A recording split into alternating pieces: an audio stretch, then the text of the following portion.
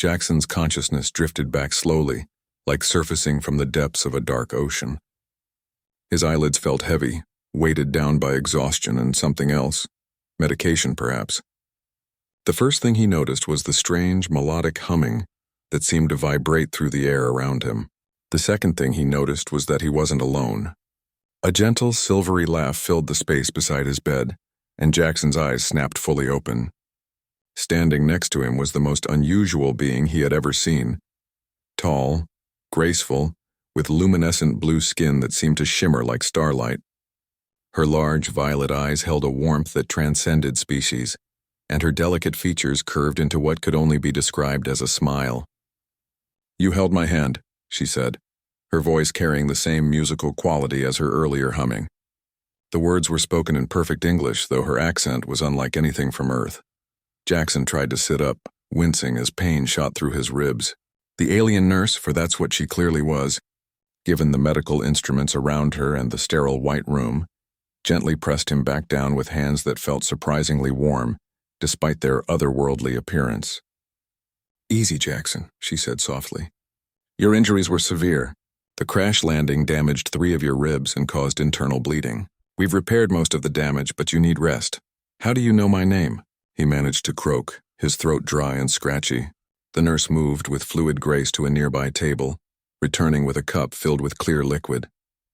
"Your ship's computer provided us with crew information. I am Nurse Saphira of the Galactic Medical Corps. And you, Jackson Martinez, are quite famous now." Jackson accepted the cup, surprised to find the liquid tasted like the sweetest spring water he'd ever encountered. "Famous, what do you mean?"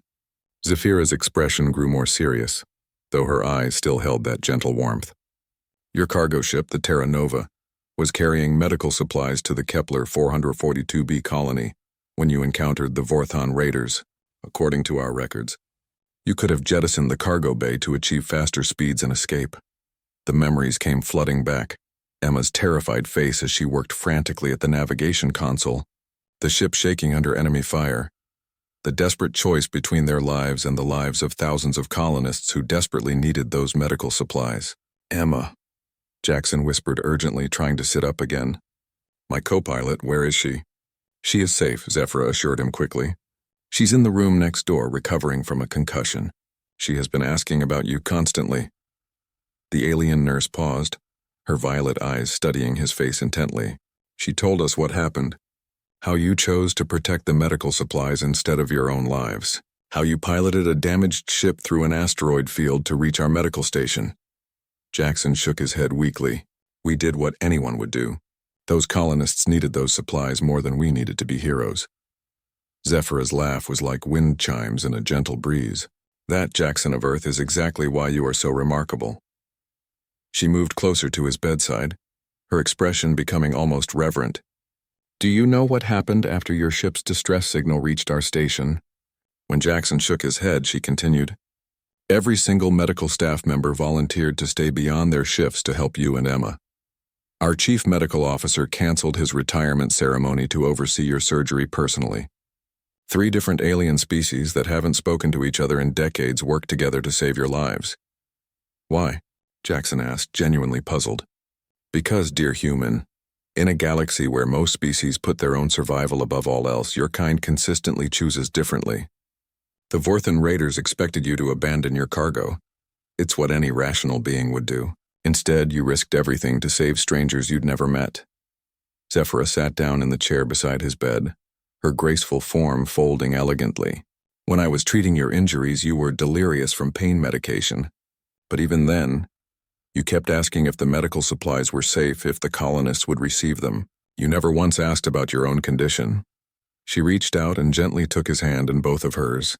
Her skin felt like warm silk, and Jackson could see faint patterns of bioluminescence tracing across her fingers. "That's when you held my hand," she continued softly. "You looked at me with such concern and asked if I was hurt, if I needed help.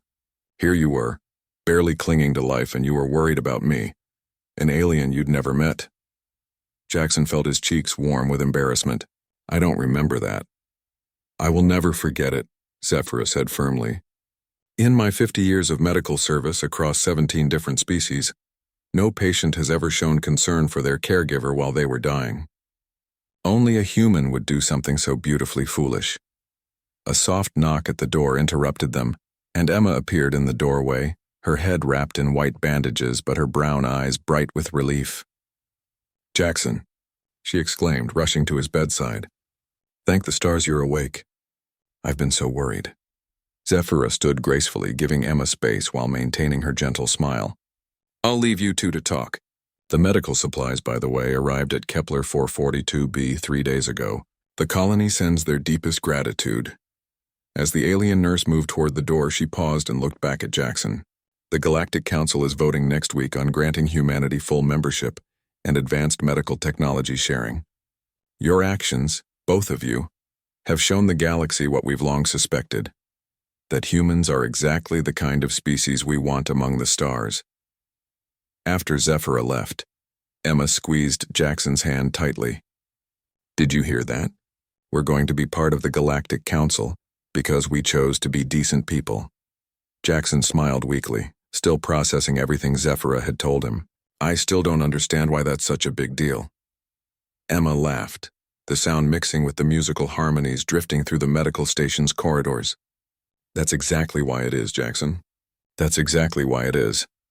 Outside their window, the stars seemed to shine a little brighter, as if welcoming humanity home.